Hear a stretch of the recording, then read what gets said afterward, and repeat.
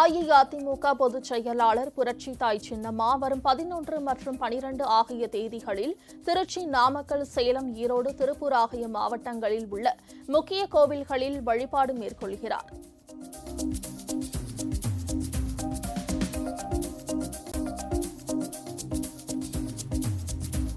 அஇஅதிமுக பொதுச் செயலாளர் புரட்சி தாய் சின்னம்மாவை கழக நிர்வாகிகள் சந்தித்து வாழ்த்து பெற்றனர். பின்னர் செய்தியாளர்களிடம் பேசிய கழக நிர்வாகிகள், அஇஅதிமுகவை வலுப்படுத்த புரட்சி தாய் சின்னம்மா தலைமை ஏற்க வேண்டுகோள் விடுத்தனர்.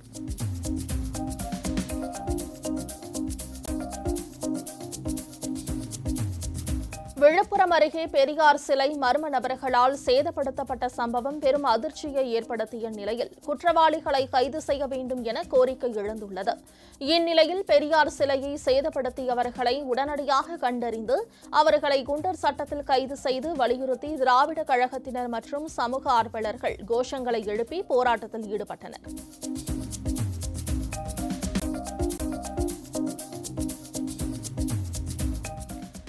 விழுப்புரம் அருகே தந்தை பெரியார் திருவுருவச் சிலை சேதப்படுத்தப்பட்டிருப்பதற்கு அமமுக பொதுச் செயலாளர் திரு டிடிவி தினகரன் கடும் கண்டனம் தெரிவித்துள்ளார். இத்தகைய சமூக விரோத செயல்களில் ஈடுபடுபவர்கள் யாராக இருந்தாலும் அவர்கள் மீது காவல்துறையினர் கடுமையான நடவடிக்கை எடுக்க வேண்டும் என கேட்டுக் கொண்டார்.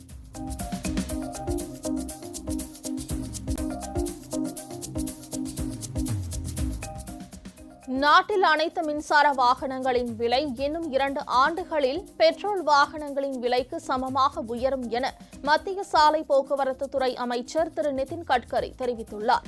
பெட்ரோல், டீசல் விலை உயர்வால் பிரச்சினைகளை சந்தித்து வரும் நாம் கிரீன் ஹைட்ரஜன், மின்சாரம், எத்தனால், மெத்தனால், பயோடீசல் உள்ளிட்ட மாற்று எரிபொருட்களின் திசையில் செயல்படுவோம் என்று திரு நிதின் கட்கரி தெரிவித்துள்ளார்.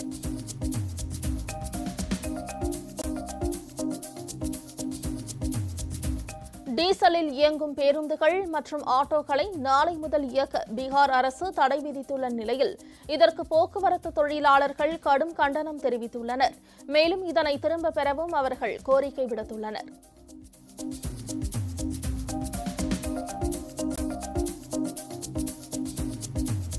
தன் மீதான நம்பிக்கையில்லா தீர்மானத்தை திரும்பப் பெறும் பட்சத்தில் நாடாளுமன்றத்தை கலைக்க தயார் என பாகிஸ்தான் பிரதமர் இம்ரான்கான் தெரிவித்துள்ள நிலையில் அவருக்கு எதிராக கொண்டுவரப்பட்ட தீர்மானத்தின் மீதான விவாதம் ஒத்திவைக்கப்படுவதாக அந்நாட்டு நாடாளுமன்றம் தெரிவித்துள்ளது. இம்ரான்கானின் இந்த திடீர் அறிவிப்பு பாகிஸ்தான் அரசியலில் மீண்டும் குழப்பத்தை ஏற்படுத்தியுள்ளது.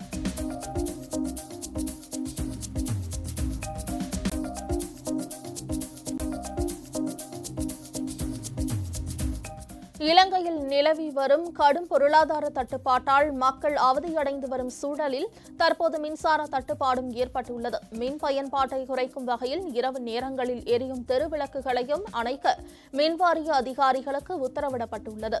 இதனால் மக்களின் இயல்பு வாழ்க்கை முற்றிலும் முடங்கும் அபாயம் ஏற்பட்டுள்ளது.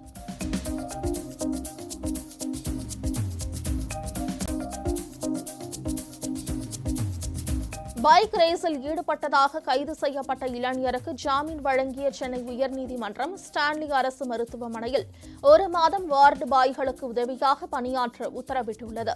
அதுகுறித்து மருத்துவமனை டீனுக்கு அறிக்கை சமர்ப்பிக்கவும் உத்தரவிட்டனர்.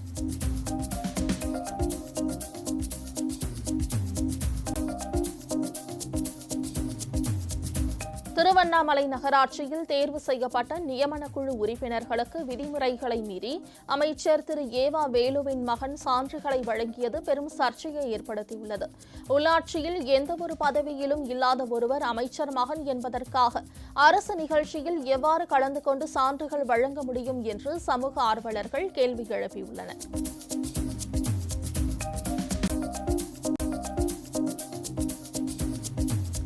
மகாராஷ்டிராவில் முகக்கவசம் அணிவது உள்ளிட்ட கொரோனா கட்டுப்பாடுகள் அனைத்தும் முழுமையாக விலக்கிக் கொள்ளப்படுவதாக அம்மாநில அரசு அறிவித்துள்ளது. மகாராஷ்டிராவில் மராத்தி புத்தாண்டு உள்ளிட்ட பண்டிகைகள் தொடர்ந்து வருவதால் மக்கள் வசதிக்காக கட்டுப்பாடுகள் விலக்கிக் கொள்ளப்பட்டதாக கூறப்படுகிறது.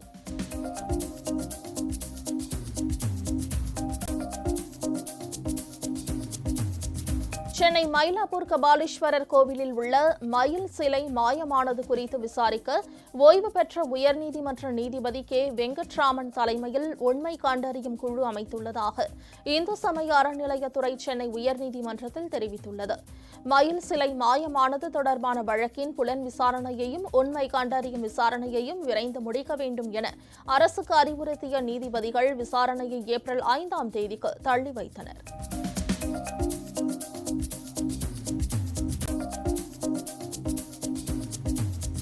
தமிழக முதலமைச்சர் மு.க.ஸ்டாலின் டெல்லியில் இன்று பிரதமர் மோடியை சந்தித்து பேசினார். அதன் பிறகு தமிழகத்தின் வளர்ச்சி திட்டங்கள் உள்ளிட்ட பல்வேறு கோரிக்கைகள் தொடர்பாக பிரதமரிடம் முதலமைச்சர் மு.க.ஸ்டாலின் வலியுறுத்தினார். அதன் பின்னர் மத்திய அமைச்சர்கள் நிதின் கட்காரி, அமித் ஷா, ராஜ்நாத் சிங் ஆகியோரை சந்தித்து பேசினார்.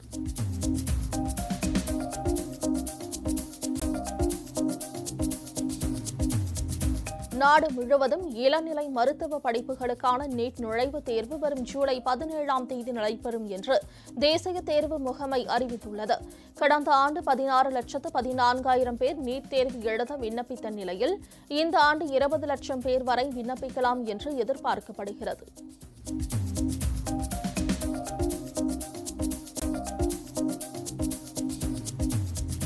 முல்லைப் பெரியாறு அணையின் பாதுகாப்பு குறித்த வழக்கில் தமிழகம், கேரளா இடையே நடத்தப்பட்ட பேச்சுவார்த்தையில் எந்த முன்னேற்றமும் ஏற்படவில்லை என இரு மாநிலங்களும் உச்சநீதிமன்றத்தில் தெரிவித்துள்ளன. அப்படியானால் வழக்கை விசாரித்து தாங்களே ஒரு உத்தரவை பிறப்பிக்கிறோம் என்று உச்சநீதிமன்றம் தெரிவித்தது. இவ்விவகாரத்தில் தற்போது இருக்கும் நடைமுறையை வலுப்படுத்துவது தொடர்பாக உத்தரவுகள் பிறப்பிக்கப்படும் என்று நீதிபதி திரு கன்வில்கர் கூறினார்.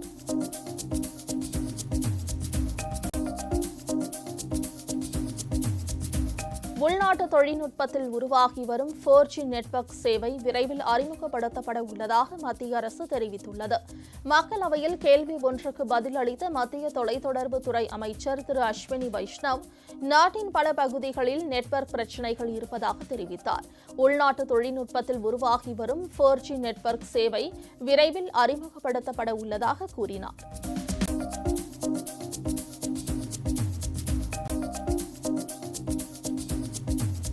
பெட்ரோல், டீசல் மற்றும் சமையல் எரிவாயு சிலிண்டர் விலை உயர்வை கண்டித்து டெல்லியில் திரு ராகுல் காந்தி தலைமையில் காங்கிரஸ் எம்பிக்கள் போராட்டத்தில் ஈடுபட்டனர். பெட்ரோல், டீசல் விலை உயர்வை திரும்பப் பெற வலியுறுத்தி கைகளில் பதாகைகளுடன் மத்திய அரசுக்கு எதிராக கண்டன கோஷங்களை எழுப்பினர்.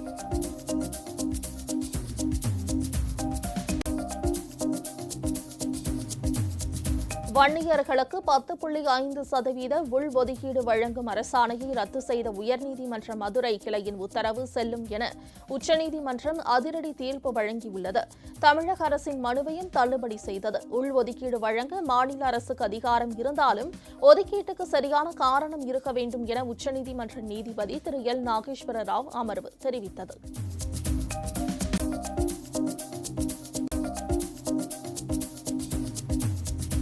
புதிய பொறியியல் கல்லூரிகள் தொடங்குவதற்கான தடை 2024ஆம் ஆண்டு வரை தொடரும் என அகில இந்திய தொழில்நுட்ப கல்வி கவுன்சில் தெரிவித்துள்ளது. அதே நேரம் ஆண்டுக்கு 10,000 மாணவர்கள் சேர்க்கையுடன் 25 ஆண்டுகளுக்கு மேலாக செயல்படும் தொண்டு நிறுவனங்களுக்கு புதிய பொறியியல் கல்லூரிகள் தொடங்க அனுமதி வழங்கப்படும் என்றும் அகில இந்திய தொழில்நுட்ப கவுன்சில் தெரிவித்துள்ளது.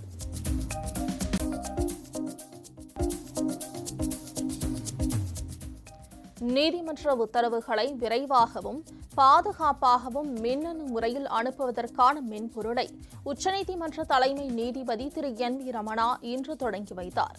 உச்சநீதிமன்றத்தின் உத்தரவுகள் பிற நீதிமன்றங்களை சென்றடைய காலதாமதம் ஆவதால் அதனை சரி செய்யும் வகையில் ஃபாஸ்டர் என்ற மென்பொருள் அறிமுகம் செய்யப்பட்டுள்ளது.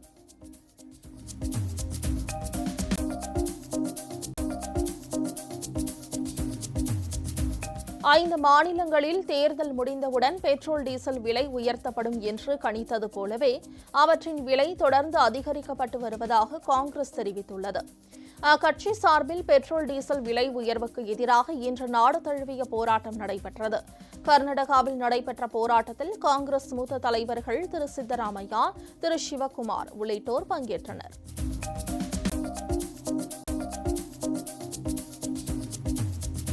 மாநிலங்களவை உறுப்பினர் பதவிக்காலம் முடிந்து ஓய்வு பெறும் எம்பிக்களை பாராட்டி பேசிய பிரதமர் திரு மோடி, ஓய்வு பெறும் உறுப்பினர்கள் தங்கள் அனுபவத்தை நாட்டின் வளர்ச்சிக்காக பயன்படுத்த வேண்டும் என்று கேட்டுக் கொண்டார். சில நேரங்களில் கல்வி அறிவை விட அனுபவ அறிவு வலிமை மிக்கதாக இருக்கும் என்று குறிப்பிட்ட பிரதமர் திரு மோடி, ஓய்வு பெறும் உறுப்பினர்களுடன் குழு புகைப்படமும் எடுத்துக் கொண்டார்.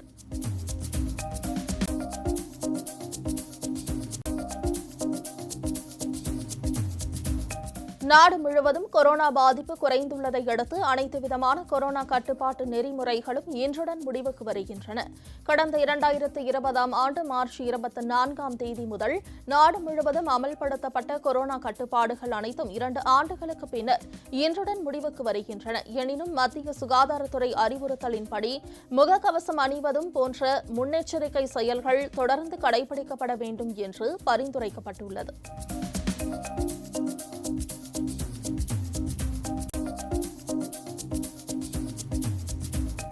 அரியலூர் மாவட்டம் பொய்யாதநல்லூர் கிராமத்தில் அருள்மிகு சாமுண்டீஸ்வரி கோயிலில் வீற்றிருக்கும் பிரத்யங்கிரா தேவிக்கு அமாவாசையை முன்னிட்டு மகா சண்டி யாகம் நடைபெற்றது. மேலும் மஞ்சள், குங்குமம், ஜாதிக்காய், வசம்பு, திப்பிலி, கடுக்காய் உள்ளிட்ட மூலிகைப் பொருட்கள் மற்றும் ஆரஞ்சு, ஆப்பிள், திராட்சை, பலா, செவ்வாழை போன்ற பழங்களை யாகத்தில் இட்டனர். பின்னர் அம்மனுக்கு சிறப்பு அபிஷேகமும் ஆராதனையும் நடைபெற்றது.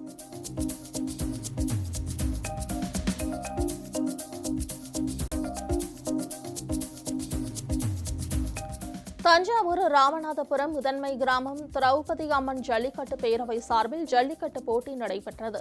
650 காளைகள், 350 மாடுபிடி வீரர்கள் பங்கேற்றனர். இதில் தஞ்சாவூர், புதுக்கோட்டை, திருச்சி, திருவாரூர், அரியலூர் உட்பட பல்வேறு மாவட்டங்களில் இருந்து 650 காளைகள் பங்கேற்றன. மாடுபிடி வீரர்கள் மற்றும் உரிமையாளர்களுக்கு பீரோ, கட்டில், சேர் உள்ளிட்ட பல்வேறு பரிசு பொருட்கள் வழங்கப்பட்டன.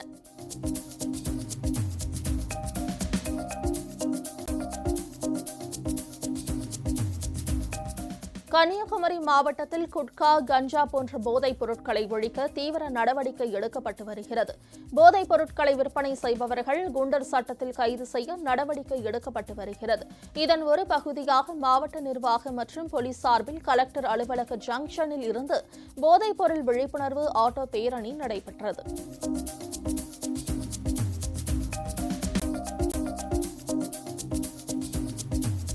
திருவள்ளூர் அருகே திருவூர் வேளாண் அறிவியல் ஆராய்ச்சி நிலையத்தில் இந்திய தேசிய நெல் ஆராய்ச்சி மையம் மற்றும் தமிழ்நாடு வேளாண்மை பல்கலைக்கழகத்தின் பயிர் பாதுகாப்புத்துறை ஆகியவை சார்பில் விவசாயிகளுக்கு ஒருங்கிணைந்த பூச்சி மற்றும் நோய் மேலாண்மை பயிற்சி முகாம் நடைபெற்றது.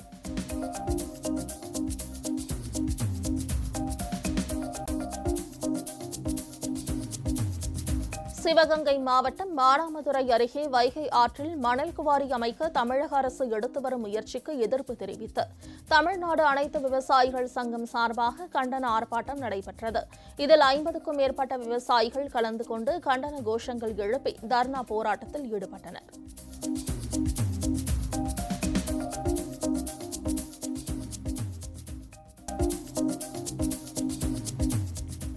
தேனி மாவட்டம் ஆண்டிப்பட்டி பேரூராட்சியில் புதிதாக பதவியேற்ற கவுன்சிலர்களின் முதல் மாதாந்திர கூட்டம் நடைபெற்றது.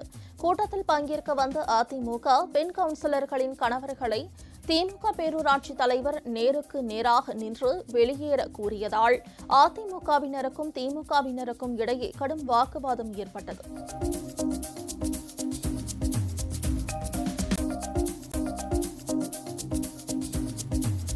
நாளுக்கு நாள் பெட்ரோல், டீசல் விலைகள் உயர்ந்து வரும் நிலையில் தற்போது சுங்கச்சாவடி கட்டணத்தையும் உயர்த்தியிருப்பதற்கு தூத்துக்குடி மாவட்ட வாடகை மற்றும் சுற்றுலா கார் ஓட்டுநர்கள் கடும் கண்டனம் தெரிவித்துள்ளனர். இன்று நள்ளிரவில் இருந்து சுங்கச்சாவடி கட்டணம் உயர்த்தப்பட்டு இருப்பது தங்களை பெரிதும் பாதிக்கும் என்று கவலை தெரிவித்துள்ளனர்.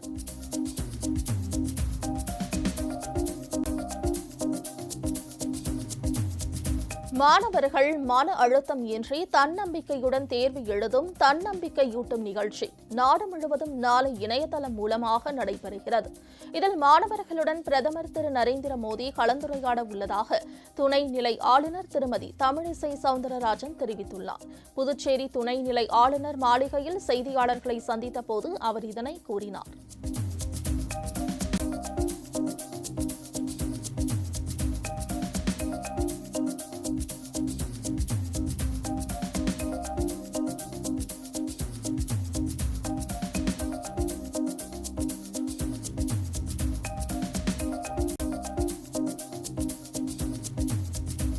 நாமக்கல் மாவட்டம் கொல்லிமலை அரசு மருத்துவமனையில் பல ஆண்டுகளாக சுத்தப்படுத்தப்படாமல் திறந்தே கிடக்கும் நீர்த்தேக்க தொட்டியில் குடிநீரில் கழிவுநீர் கலந்து சுகாதாரமற்ற அவல நிலை நிலவுகிறது.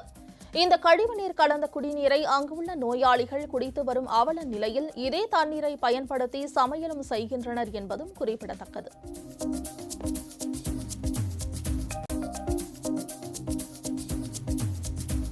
சேலம் மாவட்ட ஆட்சியர் அலுவலகம் அருகே தனியார் கல்லூரி மற்றும் மாவட்ட நிர்வாகம் சார்பில் சாலை பாதுகாப்பு விழிப்புணர்வு முகாம் நடைபெற்றது.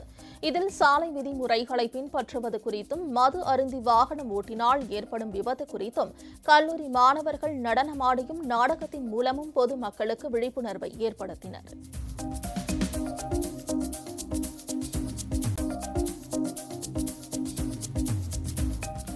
11 ஆண்டுகளுக்கு ஒருமுறை தீவிரமடையும் சூரிய கரும்புள்ளிகள் சூரியனில் ஏற்பட தொடங்கியுள்ளதாக கொடைக்கானல் வான் இயற்பியல் ஆய்வக விஞ்ஞானிகள் தெரிவித்துள்ளனர். திண்டுக்கல் மாவட்டம் கொடைக்கானலில் உள்ள வான் இயற்பியல் ஆய்வக விஞ்ஞானிகள் சூரியனை தொடர்ந்து கண்காணித்து வருகின்றனர். இனிவரும் நாட்களில் அதன் தாக்கம் அதிகரித்து சூரிய காந்த புயலாக மாறும் என்றும் இதன் காரணமாக பூமியில் வழக்கத்தை விட வெப்பம் அதிகரிக்கும் என்றும் விஞ்ஞானிகள் எச்சரித்துள்ளனர்.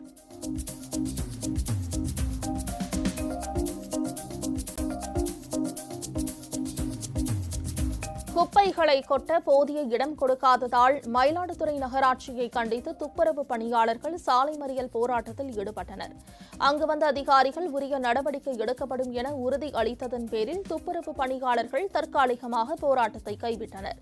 இந்த ஆர்ப்பாட்டம் காரணமாக மயிலாடுதுறை தரங்கம்பாடி சாலையில் போக்குவரத்து பாதிக்கப்பட்டது.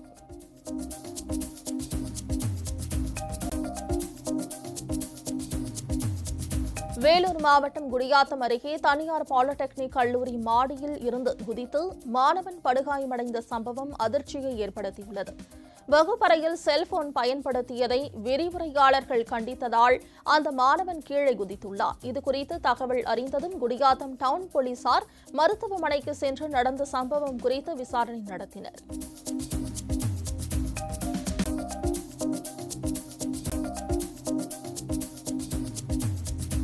திருவண்ணாமலை மாவட்டம் செங்கம் வட்டத்துக்கு உட்பட்ட பாலியப்பட்டு பகுதியில் சிப்காட் தொழிற்பேட்டை அமைப்பதற்காக தமிழக அரசு 1500 ஏக்கர் விவசாய நிலங்களையும் 500 குடியிருப்பு வீடுகளையும் கையகப்படுத்தும் நடவடிக்கைக்கு எதிர்ப்பு தெரிவித்து 100க்கும் மேற்பட்ட கிராம மக்கள் மாவட்ட ஆட்சியர் அலுவலகத்தை முற்றுகையிட்டு போராட்டத்தில் ஈடுபட்டனர்.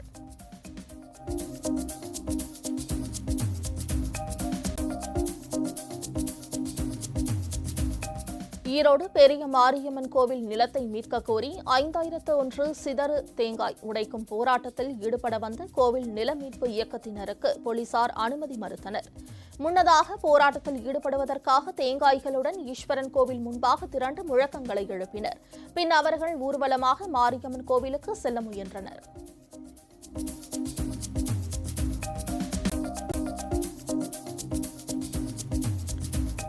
பெட்ரோல், டீசல் மற்றும் எரிவாயு விலை உயர்வை கண்டித்து திருநெல்வேலியில் காங்கிரஸ் கட்சியினர் சிலிண்டர், இருசக்கர வாகனம், பெட்ரோல், டீசல் கேன் உள்ளிட்டவைகளுடன் மாலை அணிவித்து ஒப்பாரி வைத்து மணி அடித்து நூதன போராட்டத்தில் ஈடுபட்டனர்.